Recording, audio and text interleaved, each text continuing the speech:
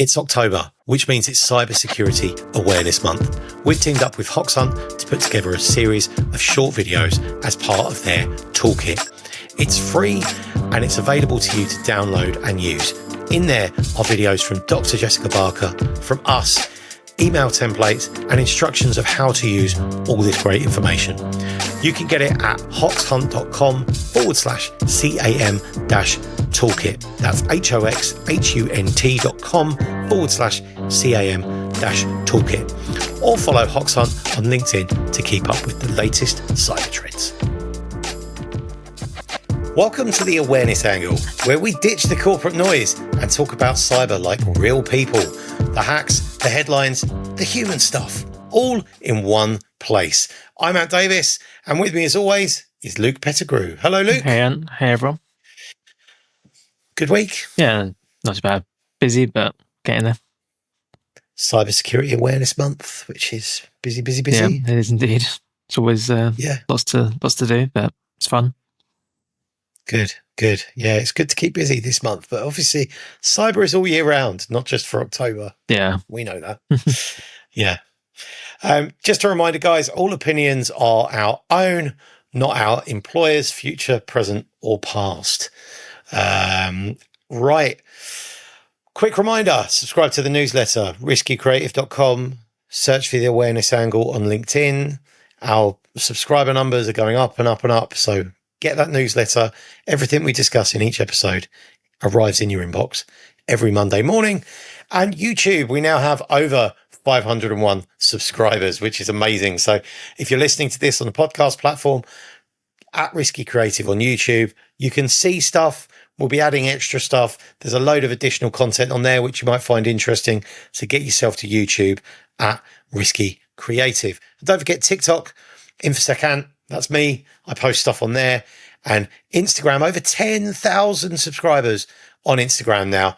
10,000 followers, on Instagram. Get with the lingo. So yeah, get yourself on Instagram at Risky Creative and you can follow us and some clips from the show on Instagram. 10,000 followers. That's awesome. Crazy. It's good to see there's a following out there, some interest. Yeah. Yeah, that's good. Right, as always as well, do reach out to us if you've got a story for us. We don't ever say that, but we probably should. If you've seen something cool, interesting or unique, then get in touch, no matter how big nor small. I have one, actually, that I've forgotten about that I need to mention later on in my topics that was given to me just tonight. So that's a nice, interesting one. And it's really local as well. It's about a local school. So really relevant. Cool. Right. Shall we get on with the news? Yeah, let's go to it. Am I going first? Yeah. Okay, brilliant.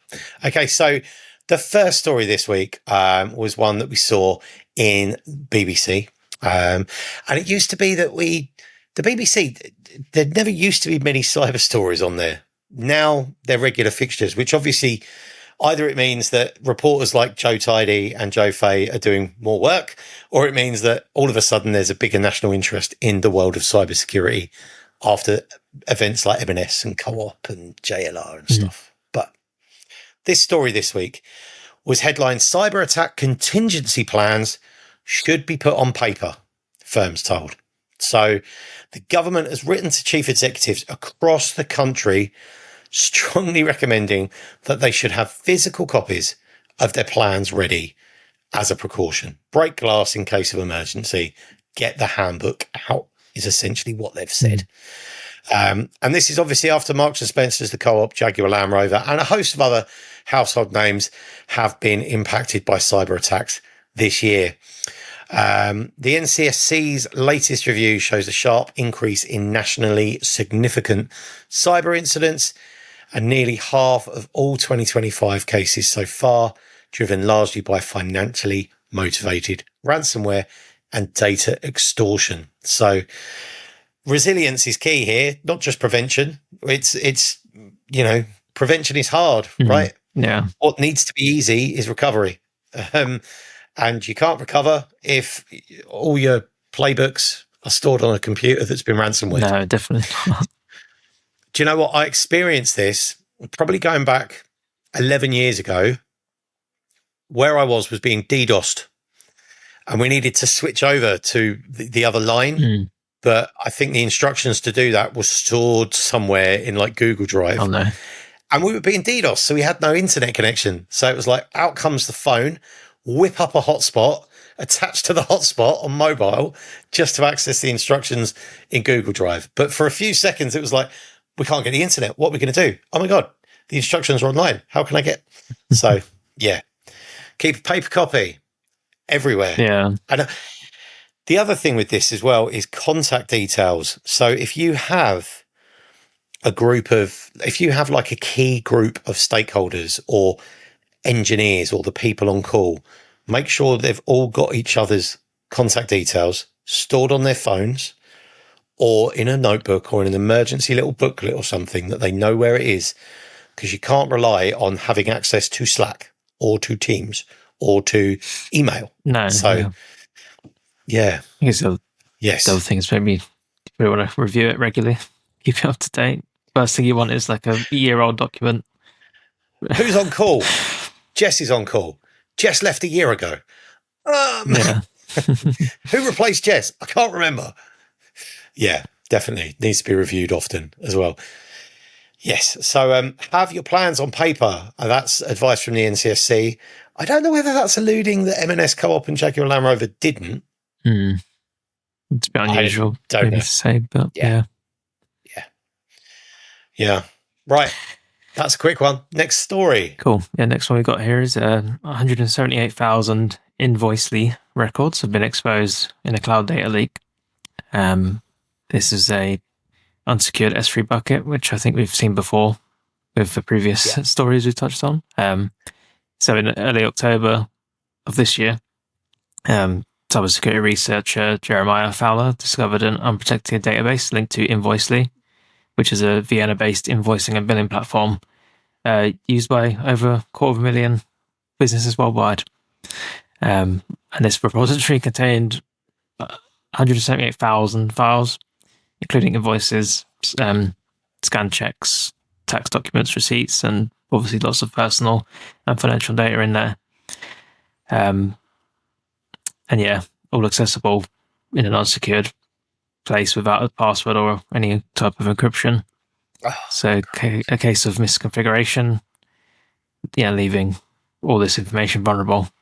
They said that there's no active exploit reported, but who knows how long that's been open for. Don't know if this story says how long that's been open. But yeah, it seems like there's no information of when it had been available. I think this story is incredible. Obviously, misconfiguration happens, right? Accidents happen. But this is a pretty big whoopsie. Yeah. There's pretty much lots of data out there now. I see that the researcher noted that the bucket's name Invoicely _backup_public. Oh, okay. Interesting. Suggested it may have been intended for internal backups or migration. The word public in there is slightly worrying, isn't it? And yeah, no control at all. No security controls, no authentication, no encryption protection. Wow. No, it's quite worrying. Like, some people may think that these platforms are safe and secure, and even like the end users, and then the people creating it, maybe you think, oh yeah, it's a platform that they're using is going to have some sort of baseline security, but obviously someone forgot to put the password and make it private.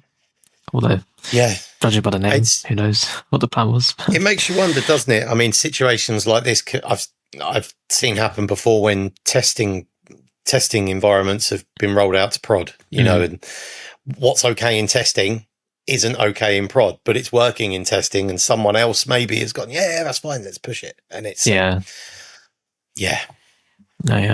test your systems. I think is key to that, and check your access score. That's that's a frightening one.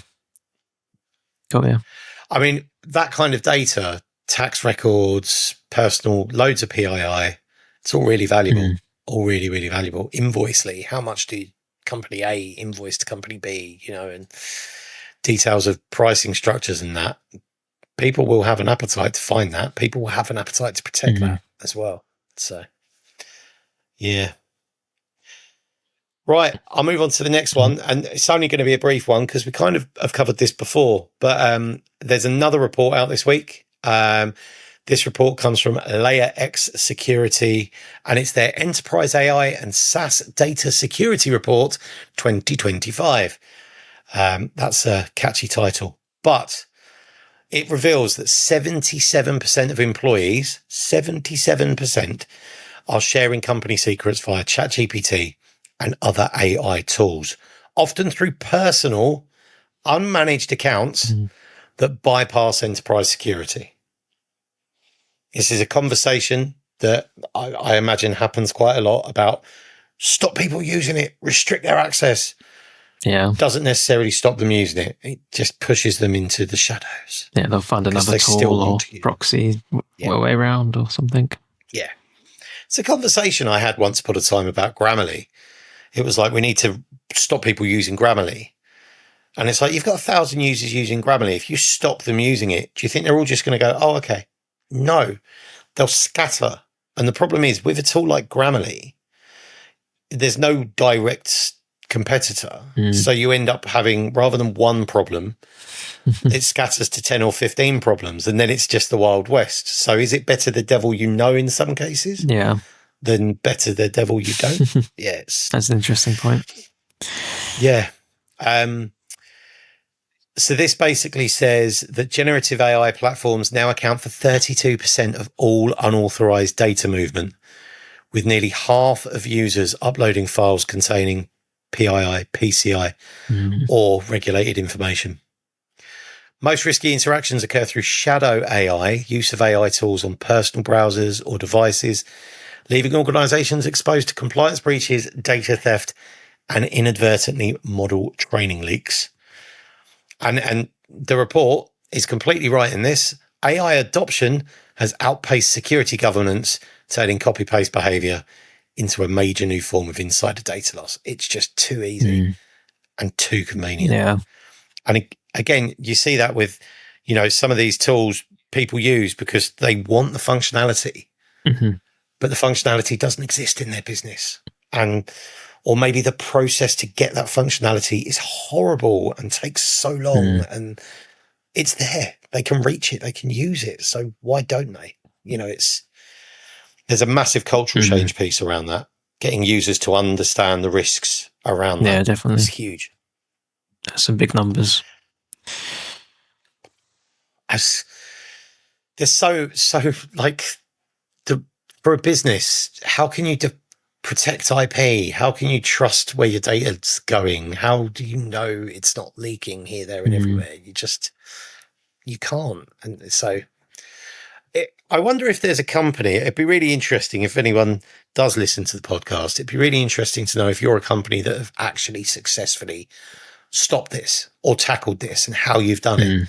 It'd be great to hear if you've done it through fear or enforcement or actual proper cultural change so users understand. Yeah. So if there is anyone out there who doesn't have a ChatGPT problem or a unapproved AI problem, please reach out. It would be great to have a chat about that. Yeah. Yeah, no. Right. Move on to the next one. Cool. Yeah, the next one we've got tonight is SimonMed Imaging. Has been a victim of a cyber attack. October 10th, it says here, they started to mail notification letters to individuals affected by a cyber attack in January. That occurred in January. And SimonMed Imaging are one of the largest medical imaging providers in the country. This is in obviously America. And 1.27 million individuals were affected by this cyber attack. That feels really vulnerable, doesn't it? Like imaging. So we're talking like ECGs and X-rays and CT scans. We're talking about images of the inside of our bodies. It doesn't get more personal than that, does it? Like, these people are looking at their veins and their arteries and their brains and stuff and their bones. It's it just feels really invasive. Yeah, and obviously, all the patient data that goes with that as well. I'm sure pretty much everything about them. So it says here that the stolen data includes names, addresses, birthdays, medical records, diagnoses, treatments, medications, insurance details, driver's license details. Like, I imagine you have all kinds of data there. And the Medusa ransomware gang claimed responsibility for this. It's reported that the data wasn't publicly posted, but that's may suggest that the ransom was paid. And Do you think? Yeah. Yeah. And it says here that SimonMed offers affected individuals credit monitoring and identity protection as is quite common practice by everybody. Sort of experiences that's standard. That's the playbook, isn't it? Essentially, yeah. It also says that they have strengthened their security measures with various ways.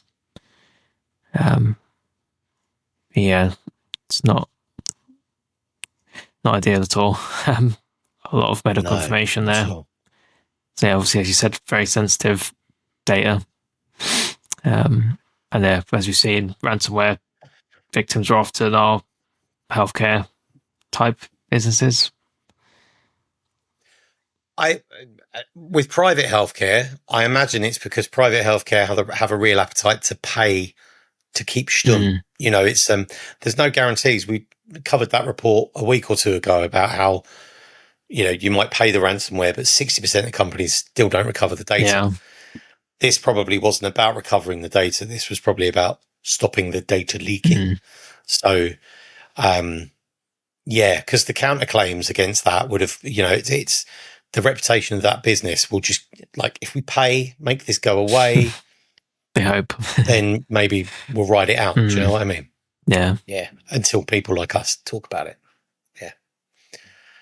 That's mad. Like, medical is such a massive target. It would be, it's not an industry the challenges would be, it's not an industry I would immediately choose to work in, but actually the challenges there are quite interesting. So it's, definitely a different kind of, different kind of thing. It's funny. I went to the chemist the other day to pick up a prescription, and behind the counter, the chemists were there.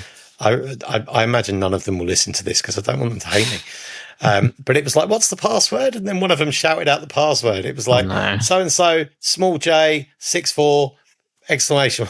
It was quite a good password, but they broadcasted it across the pharmacy. And I'm stood there and I'm like, oh, well, I just know what the password is. All I need now is the username. But that's probably on a post-it note or pre-populated. Yeah. I'm surprised they remembered the password, how complicated it sounded. Yeah, it was literally a word. It was a word, one word, some numbers, and it was traditional word numbers character. Yeah. Wow. Yeah. Okay. Right. I'll move on to the next one. Phishing. It feels like we don't talk about phishing a lot, but phishing's obviously still like the number one attack vector. It's just not sexy anymore. It's not social engineering and phoning up a help desk, is it? But this story is from GB Hackers, and this is hackers use court-themed phishing to deliver info, steal, and malware. So a novel phishing campaign has emerged. So this is Colombia. Just because it's in Colombia, don't discount it. This is still quite a good one. So it uses fake court emails with a malicious SVG attachment. SVG is an image vector graphic. Yeah. So malicious attachment to trick recipients into downloading a file that installs a syncrat, which is a remote access tool that can steal your data, log keystrokes, and control your webcam. Oh, wow. What a lovely piece of software. The attack hides inside this image that is seemingly harmless, and it uses multiple download steps to avoid detection, which makes it especially deceptive. So, Yeah, that's quite an interesting one. And there's a screenshot of the email here, but it's not in English. But let me just blow this up and share it for a second. And why this is relevant and why we tell you about this is because it would be really easy for this to be in English. Like, just because it's in Spanish, don't discount it. And you can see here, judicial demanda judicial. I don't speak Spanish, so apologies if I butchered that. But you can see here, obviously the red lines and the text are put in there in post, but it replicates the style of an official court notice, and it references Bogota's municipal civil court presenting a false notification of legal action. So it's really targeted, really well built. The body reads, are they going to give me that in English? No, they're not. A junta demanda presentada en su contra. It's quite good. So by pretending to be the capital's judicial system, the attackers are exploiting geographical trust queues to bypass initial suspicion. So it's like getting one from your local council or your local government. Yeah. We're not talking it's not generic big government agency. This is local, which immediately breaks down some of those barriers. Immediately someone will trust it. People listening to this might not, but the people that we support and care for may. So, and then, this is really nasty because it does all these little things. Because it's all broken into micro steps. So the image, when you submitted the image to one specific scanner, GB hackers have got all this in the article. Only one security vendor out of 63 flagged it as malicious. Wow, okay. So it's really well built. Really well built. So we'll put a link to that in the newsletter. You can get the newsletter at riskycreative.com or search for the awareness angle on LinkedIn. But yes, phishing is still here. It's still really relevant. And it still works because they wouldn't build it if it didn't. Yeah, and that's an interesting one. Like we touched on SVG before being used, and it's obviously a not very common type of file. You'd think you'd use something else, but yeah. Users probably don't realise an SVG. Maybe a lot of users don't realise it's an image, or they might not even realise it's an SVG. Don't even worry about the file extension at all. Just open it. Maybe some organisations put blocks on PNGs or JPEGs, so it might be a way of getting around that rather than it. I don't know any of this. I'm just assuming, but it might, rather than preloading the image, an SVG might show as an attachment, and then it gets through. I don't know. Cool. Right. Next one then. Go on then. So I think we touched on this last week. I think just the Discord data breach, an update on that. Yeah. So Discord have now blamed, Discord blamed the vendor for the data breach, but the vendor have said that they weren't hacked. I feel like we've spoke about this one before with a different business, maybe, but so this was M&S blamed. Was it M&S or Co-op blamed Tata for? They blamed their breach on Tata computer support, and then Tata said it wasn't them. Yeah, and then similar. Yeah, so the company 5CA, not sure if that stands for something, quite an unusual name, but they're a customer service support company that works with Discord. And they were initially blamed for the breach. But in a post on their website, they sort of said that they're aware of media reports naming them as the cause of the data breach involving their client, but they confirmed that they weren't involved. And they confirmed that they haven't handled any government IDs for Discord, and all their platforms and systems remain secure. And they continue to protect their clients' data with strict protection and controls. And they're conducting forensic investigations with external advisors, cybersecurity experts. But they've said that it's outside of their system. So that's the interesting one here, isn't it? It's like, we don't handle government IDs for Discord. Hmm. Yet apparently the breach contained government IDs. So Yeah. if 5CA don't have that data, how can the breach have come from them? Unless they were the gateway in. But Yeah. It's quite a confusing it's interesting. one. But yeah, you can imagine like if you're blamed as the business to cause this, it's quite a lot of damage. And yeah.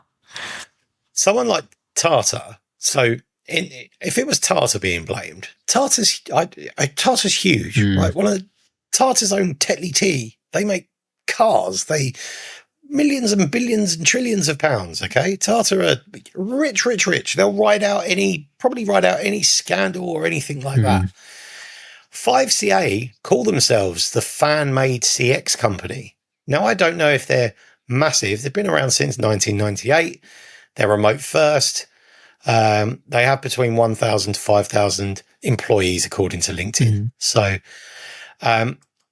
their big thing is player support. That's like, this is their business. So it's huge for them. This Discord's probably like the pinnacle client for them. So they're not going to want to mess that up. So it's, it says our community is full of digital natives and gamers that troubleshoot with care for the brands they love. It's perfect. They're perfect relationship. So yeah, there must be some fingers pointing somewhere. Yeah, be interesting to know where that's come from, really. I guess, yeah, it could be anything. Could be media just picking up the wrong bit of information and it just ran away. It could be a distraction technique. Could be could be, let's make it look like it came from there, but actually it's come from somewhere else. Yeah. That's crazy. Yeah. Yes, it's interesting. It's really, it must be really, companies must be really eager we must assign blame to someone. We must get the pressure off us. But you've got only get the pressure off you when the time is right, I think. Yeah. Because otherwise anything can happen. Yeah. Right. Lots of stories to get through this week, but we're nearly done. Don't worry. This one, I was all over my LinkedIn. I think this was quite significant. Capita. So outsourcing firm Capita have been fined £14 million by the ICO, the Information Commissioner's Office. And this is after the personal data of 6.6 million people was stolen in a cyber attack.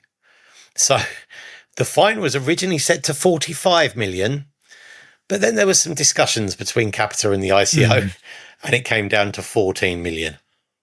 Capita's boss, Adolfo Hernandez, says the firm's pleased to have concluded this matter and reached today's settlement. So, yeah, I mean, I don't feel bad for Capita. Capita made £2.4 billion in revenue last year, according to its annual report. But this hack happened in March 23, so 2 years ago. They left a pool of unsecured data online. And then apparently home addresses and passport images began to circulate on the web. So, yeah. So this one affected about 90 companies, and Capita handled like pension funds and stuff for them. So, yeah, it's an example of how bad these things can be. 14 millions. Yeah, they made 2.4 billion revenue, but 14 million still a problem. Yeah, no, it's more money than I'll ever have.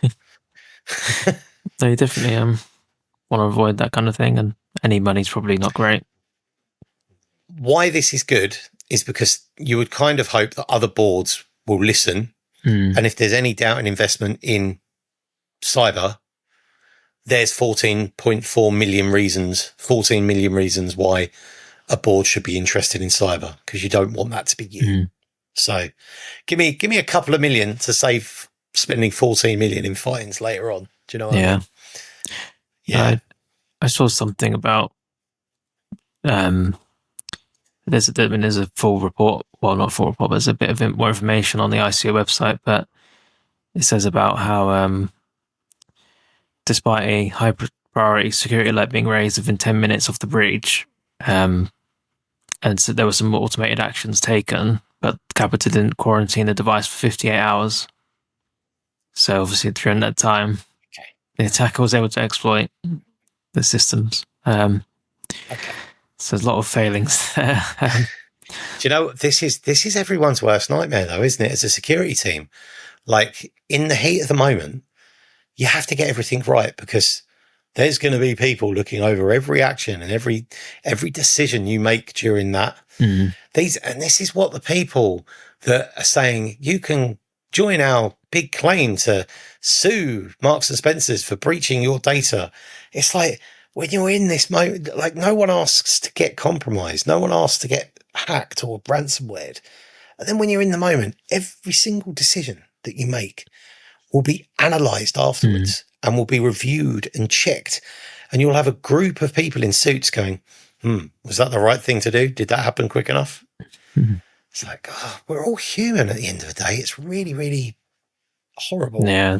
But yeah. Cool. There should be on a significant breach, companies should give cyber people like recovery leave. Like once it's been dealt with and you've mopped up, it's like, right, congratulations, you can now have 3 months off paid to recover from that incident. And maybe there's a scale of hours impact, but that would be a lovely thing. Like, because most cyber people, like you call in your experts when you have a cyber breach. You'll call in BT or one of these big companies to come in and deal with it and mop it up. But there's still people on the ground that just normally turn up 9 to 5, do their thing. People like you and me turn up, do our thing, go home, don't worry about it. And then all of a sudden, one Thursday afternoon, we don't go home for 5 days. We shower in the office and we've eaten nothing but pizza because there's a cyber attack. And then your life's flipped upside down for 2 or 3 months and you're not prepared for that. So maybe there should be some agreement that everybody signs up to, a government thing where you get like post cyber attack leave to recover. I think that'd be lovely. Yeah. Or maybe a little bit of Capita's 14 million fine should be distributed amongst the workers. I don't know. Yeah. Move on to the next one. Go on then. This is quite a big one, I think. This report, this news article, cyber giant F5 Networks says that government hackers had long-term access to its systems, stole code and customer data. It says here that cybersecurity firm F5 Networks says government-backed hackers had long-term access, allowing them to steal those source code and information. There was a filing with the US Security and Exchange Commission on Wednesday where they said that they believe its containment actions have been successful after first discovering hackers in its network on August 9th. So it's quite a while ago. And that filing was, the 15th of October, 2025. I'm shocked that this hasn't been revealed before, but it hasn't, because I'm looking at another news. So that's from today, that news article. We're recording this on Thursday. I've seen another news article now that's saying their stock has sunk 12% after disclosing a nation state hack. And it's how have they not told everyone before now? I know, like, I don't know. I'm not sure, to be honest. I think this is probably the first time I heard about it as well. But yeah, I think this is literally the first anyone's heard of it. If I look on the Google search results, they're all from today. Like Yahoo Finance 9 hours ago, potentially catastrophic cyber firm breach. Highly sophisticated government goons. Yeah, blaming nation state attack by China. Not all news articles are crediting China, but some are probably bolder. But I think some are being a little more careful. Yeah. No, so yeah, I mean, it says here, this F5 are a Seattle, Washington-based company specializing in application security and cybersecurity defenses for large companies and governments. And they said that they aren't aware of any modifications to its software or any exploitation of vulnerabilities. But they did publish several updates on the past Wednesday. Well, it would have been yesterday, actually. And then there's a bunch of updates to and patches released to fix undisclosed security flaws, and it urged their customers to patch that. They've also said that hackers downloaded configurations and implementation information about some customer systems, which obviously could help hackers to find and exploit weaknesses with their customers. So here it does say in this news article that F5 said that the US Department of Justice allowed the company to delay its public disclosure. So I just asked ChatGPT, Washington breached disclosure notification laws. How soon? So apparently, it's Washington State Legislature RCW 19255010 says that notification must happen in the most expedient time possible without unreasonable delay and no more than 30 calendar days after the breach is discovered. However, the deadline can be delayed if law enforcement determines that giving notice would impede an ongoing criminal investigation, or if more time is necessary to determine the scope of the breach and restore the integrity of the system. So that's like, we haven't got them out yet. We need more time. That's probably what has happened. Yeah. So it says here that the F5 spokesperson wouldn't say the reason, but that the Department of Justice can allow holding off if there's substantial risk to national security or public safety. But yeah, so there's over 1,000 customers of F5.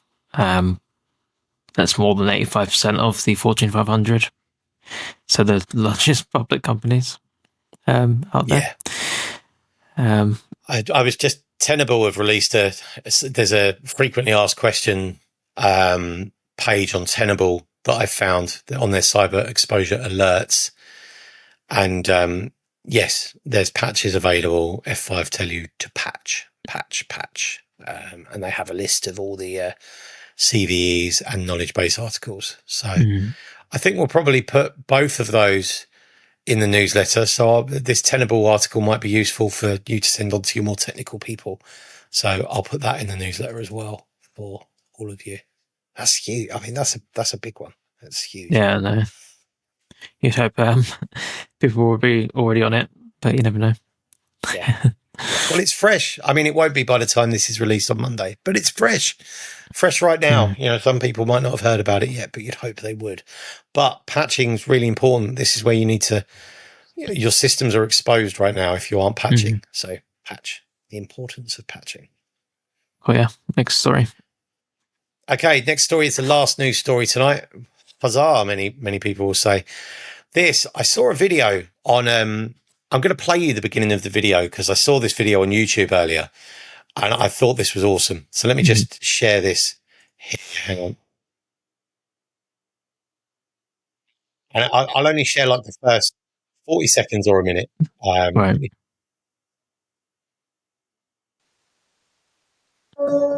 It takes a forensic eye to pick up on errors, and so it was Chris Rudge who was reviewing a report by the federal government in August.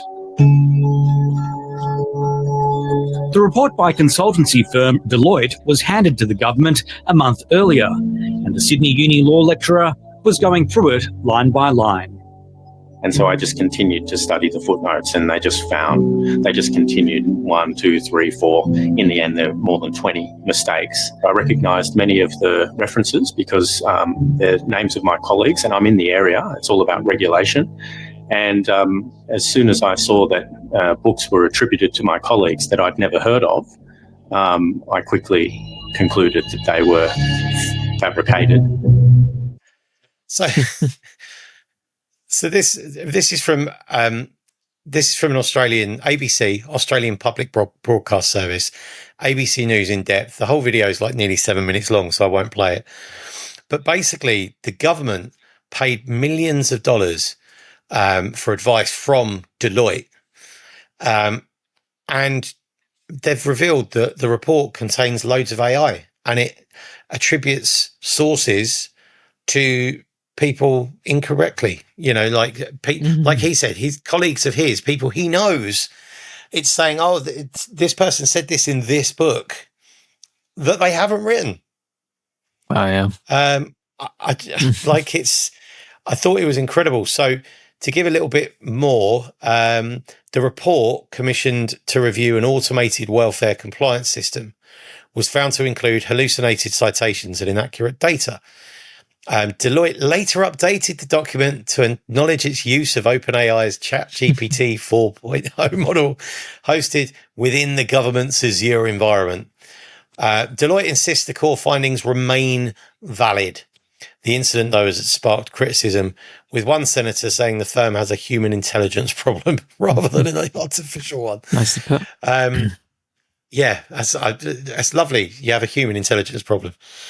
It just brings it all into question, doesn't it? When you're $440,000 they paid for that report, and they're now having a chunk of it refunded. I think there's a report here in Fortune that they've got to refund a large chunk of that. So yeah, well, that's crazy. Yes, There's one thing using AI for it, but not checking it after is just unbelievable. Yeah. I wonder if is that a Big Four problem? I don't know.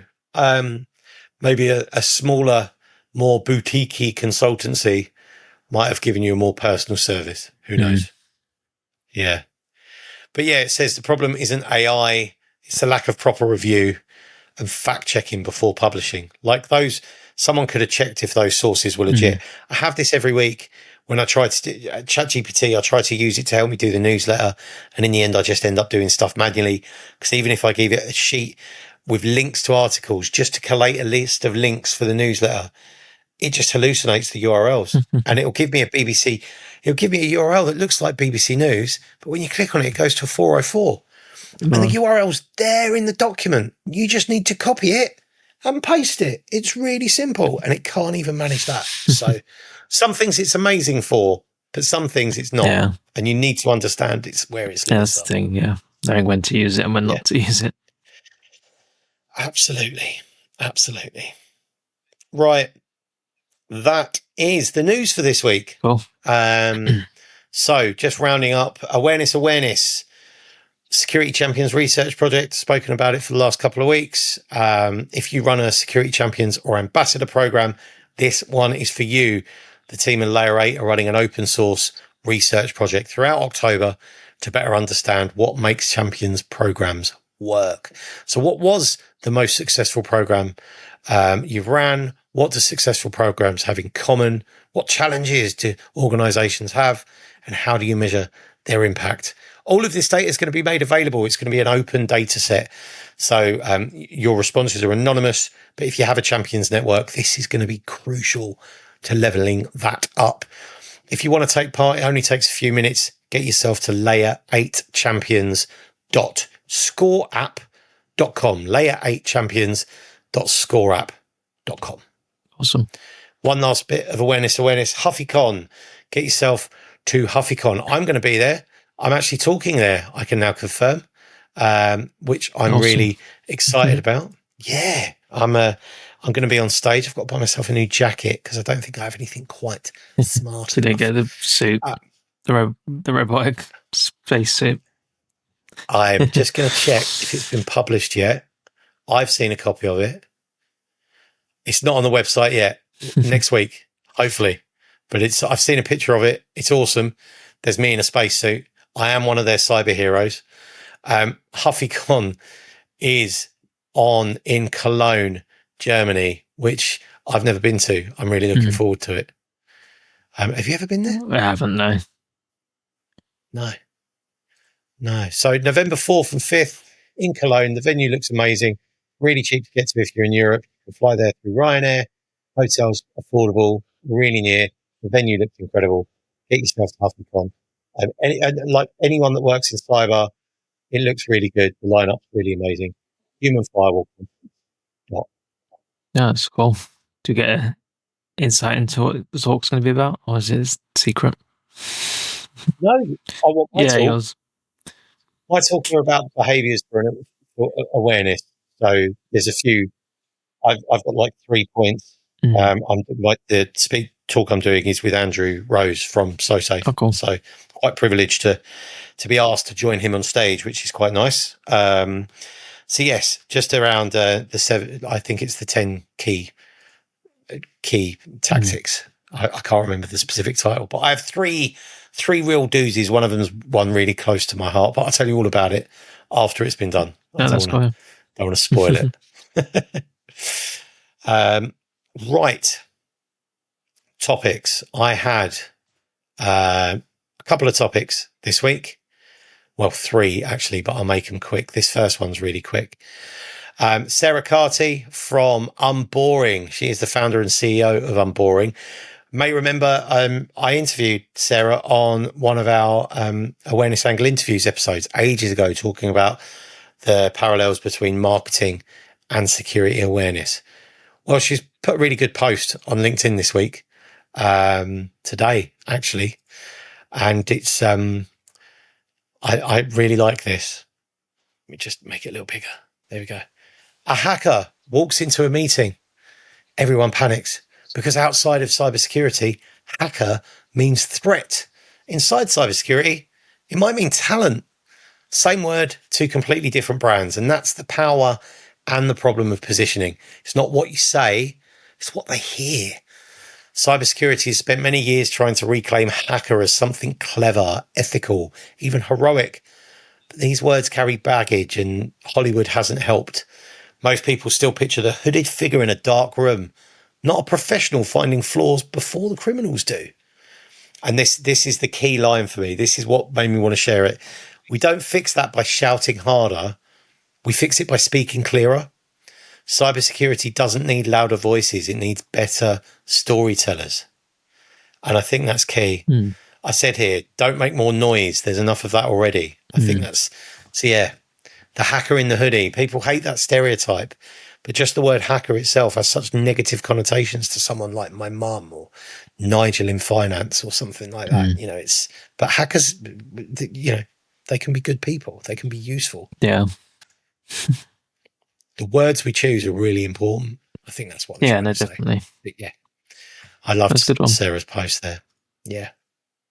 The next one I wanted to mention was kind of promote a little bit of self-promotion here on Instagram. So we mentioned Instagram earlier.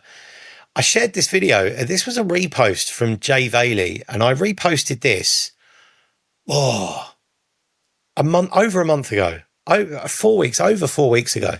This last week, this has blown up. So this has now got like 150,000 views, 4,500 likes. And I realized I hadn't actually shared it here. So at least I don't think I had. And I did briefly check with you and you don't remember it. So I just thought I'd show this here just so everyone can see it, because it is quite good. So I shoved a label at the top of this that said, someone didn't do that. Been working in IT/cybersecurity for too long. So Capcom, they've just dropped the Resident Evil Requiem trailer. It looks amazing. Really looking forward to this. I love Resident Evil, but I almost lost it watching the trailer. Just watch this. Oh, coming.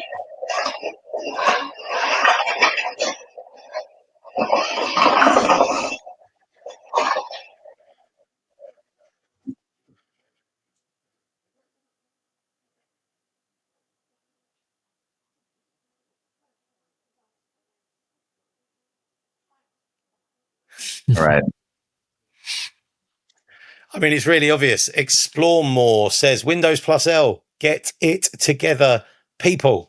And even Explore More has 619 likes there. That's incredible. Yeah. Yeah.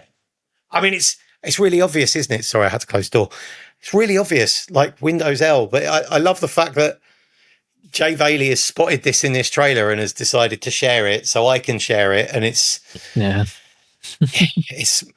simple behaviours. I'd love for them to go back in and update that and make her look at the screen. They won't, but it's not worth the time. But yeah, so that's really good. And as an awareness person, little clips like that, share them amongst your people about the importance of it. You know, it's that would be a good one to just chuck in the bottom of a newsletter or just share on Slack. You know, just like, oh, can anyone tell me what this person does wrong? Yeah, you know, and yeah. So yes, look for the Resident Evil trailer if you want to share that. Right. The last one of my topics tonight. I should have been, again, I'm not prepared for this. I did this last week. This won't take long because it's right here. Nice. Right. I want to give a shout out to Ella, my niece. She shared this one with me. She was just telling me about this earlier tonight. And I was like, oh my God, can I mention that on the podcast? She was like, yes. So thank you, Ella. Right. Ella, the school Ella goes to, sent an email out this week because, and I'll read a little bit of this. I won't read it all. On Thursday last week, we were alerted to a potential security breach as we received information that a student may have obtained access to a staff member's EduLink account. So EduLink is the platform that has all of the student information, all of the records, all of the students' data in it. Unfortunately, the telephone caller was unable to tell us the names of the student involved or the member of staff. We immediately instructed staff to change their EduLink login details and shut down EduLink for students and parents. This news seemed to grow on social media, and we received further communications from parents who had been told that students had access to a staff login and that personal details were being shared online. We could not ascertain what students were involved or which teacher's account had been compromised, as no physical evidence of a data breach could be provided. So the school, basically, the story I have is that as one of the member of staff was typing in his password, the characters appear before an asterisk. So when you type it in, the character appears for just a second before, and when you move on to the next one, it turns into a star. Someone's seen that, has got the teacher's password.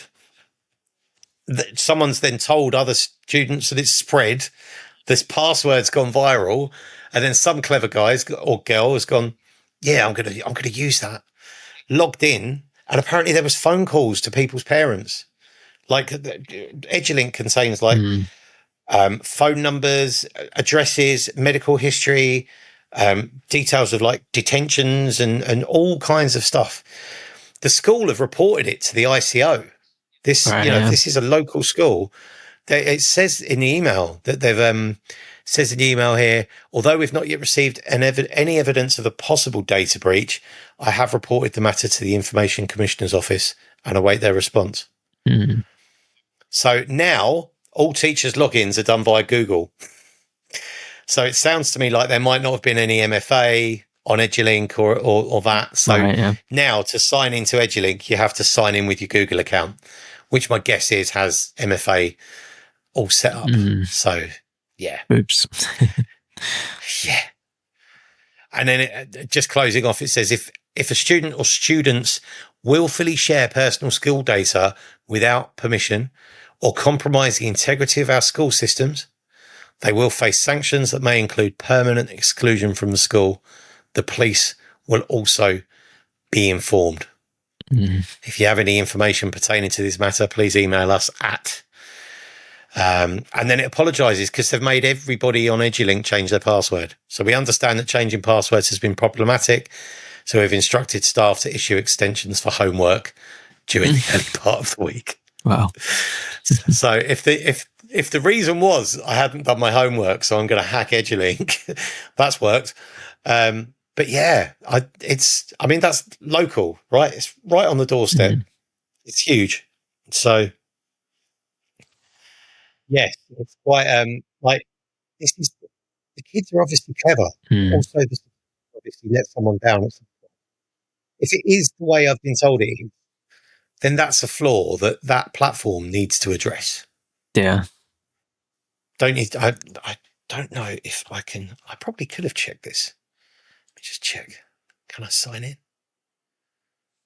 Let's see if this is. I don't know. I don't think I can. I will find out. How this works, and I'll report back next week as to whether or not this is an EduLink issue that they need to address. So I'll report back on that next week. Shout out to Ella for giving me that story. Thank you, Ella. Right, that's my topics done. I'll let you do yours, sir.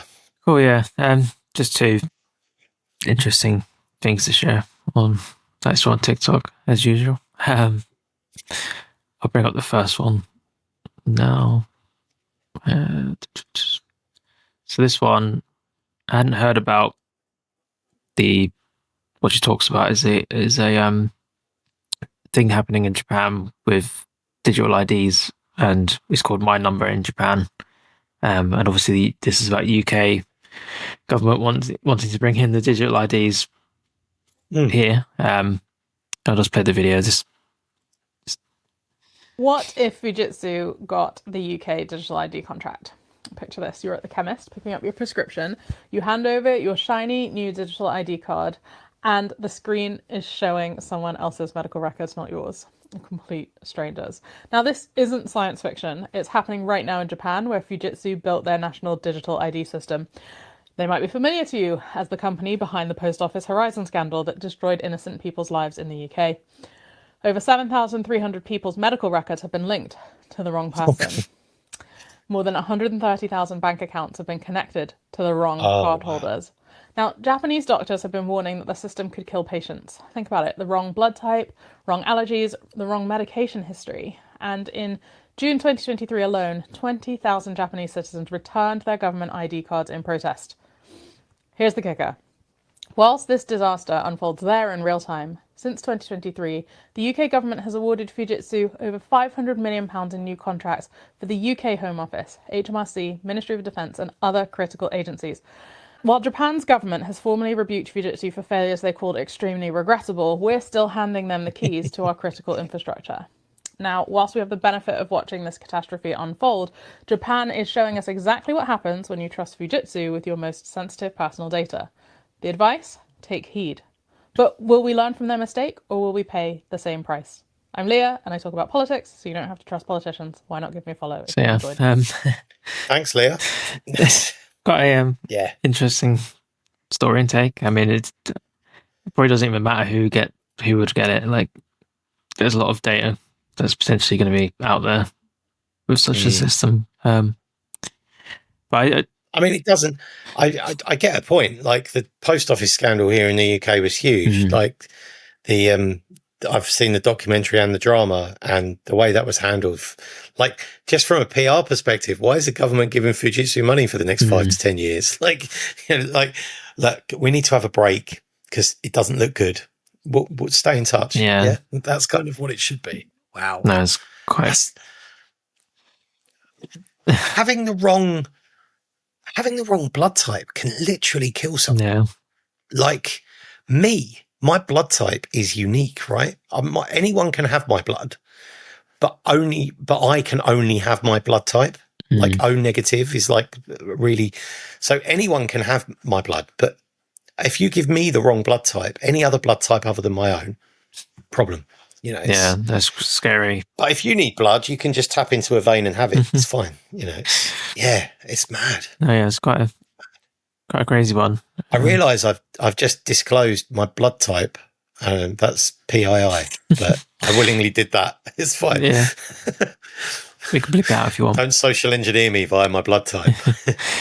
I just look into it a bit as well about this digital ID thing, and I saw a news article that said that ministers told MPs that there's a firm commitment to build the digital ID within the public sector and not to contract it out to private companies. But they could say one thing and do another, so we'll see what happens with that. I know there was like a whole petition to not get it, but that just got closed down. It may depend who's in power when it actually comes to the point of building it, because getting it all like, yeah, we're going to do it. And then Labour come out and Tories come in, and the Tories will be like, oh, we'll give this to my mate, Hugh, who owns, he's a director of Fujitsu. We'll give it to them. Yeah. Not to talk politics. That's, I mean, that's that one. As far as quite interesting. I'd never heard about the thing in Japan with the whole thing we just discussed. I didn't hear about that one before. No, that's mad. That's mad. And then one more video to share. It's this one, which I'll go ahead and play. It's a little bit slow, but we can discuss it after. Okay. Every instance of the Guardian's mobile news app is sending decoy packets to their servers to act as cover for whistleblowers using a new secure messaging feature they have released. The secure messaging module, called CoverDrop, was created by researchers at the University of Cambridge, and it constantly sends decoy padded packets to servers so that actually detecting when someone is a journalist and is sending whistleblowing messages is almost impossible, because every single user of the app is sending those packets from their phone. If you open the Guardian app, I think just in the UK, and you click the hamburger menu down in the bottom right, you can see there, you will see this new thing called secure messaging. To show you what this looks like, I had to open the app on a different phone and take a picture of it because it disallows screenshots for obvious reasons. I really like this approach, and it reminds me of when people flood the internet with fake news about themselves and fake accounts. Instead of trying to clean everything up and disappear, you just make it a really difficult task to even start to wade through the information. And I think that's a lot more effective. All the source code for the app is available on GitHub, so it can be audited independently by third-party researchers, which does introduce some possible vulnerabilities because someone can really examine that code and look for weaknesses. But there's, no other way they could do this. They couldn't just have like a black box app. Here's the screenshot I tried to take earlier. More of this, please. More of this. Yeah. I love that he shared the screenshot that he tried to share earlier, and it is literally a black screen. Yeah. When that started, I thought this was going to be like an expose into some dodgy dealings by the Guardian, but in fact, this is goodness. This is them. Every app makes the same amount of noise, whether or not you're whistleblowing or not, is essentially what that's saying, isn't it? It's quite a clever thing to do. I didn't hear about that one until I saw that. I don't use the Guardian app, but I thought maybe you do. Secure messaging. Yeah, let's see. Yeah, I can see it. I can see it there. Yeah, I didn't have it. I've had to just look it. I did have it once upon a time, and then I didn't because I think they introduced a new paywall. It's not loading. It's just, now it is. Send us message securely and privately. The secure messaging service was developed to allow you to share stories with us securely and privately using strong encryption. It's designed to prevent others from even knowing you're in communication with us. That's awesome. Yeah. I guess as well, maybe being available to everybody, maybe to integrate into their own platforms. So we might see more of that. It's quite interesting. It used to be message us on Telegram and stuff like that, but Telegram's reputation isn't the strongest at the moment, and I haven't got Telegram. I've never used it because I've never needed to. I signal to a select few individuals, but I never Telegram. So, having it in the app it lowers the technical bar to entry, and it makes it more comfortable to use, I suppose. If you just want to quickly, plus you haven't got, why have you got Telegram on your phone? Which is immediately, if someone's investigating you, they're immediately going to, but now you've got a Guardian app, which everyone now knows has got secure messaging built in. So, and you've got a message vault, but you can set up a passphrase. That's quite good. Yeah. Well done, the Guardian. Yeah. Well done. There's a whole website about it as well. Quickly just bring it up. Just where's the share button? Not working. There we go. So there's a whole website that talks about this cover drop nice. tool. There's a whole paper about it. source code and some questions. And yeah, one interesting one was about battery life and data usage, but I guess people will find that out a bit, but it does say about less than 1 kilobyte. Yeah, a few lines of text is going to be tiny, you know, in the grand scheme of things these days. You're watching YouTube videos and, you know, 4K on a mobile phone when you don't need to. Yeah, and it compares it compares it to Signal and Tor and a bunch of other questions. Yeah, it's really quite interesting.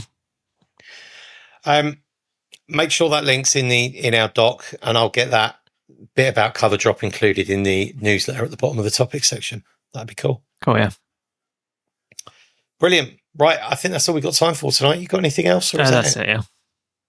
Cool. Okay. So lots and lots of stuff this week. Get your tickets for HufiCon and the Security Champions research project, Layer8Champions.scoreapp.com. Yeah, that's a busy episode. It feels like we haven't had one like that in a while. So lots going on. Cool.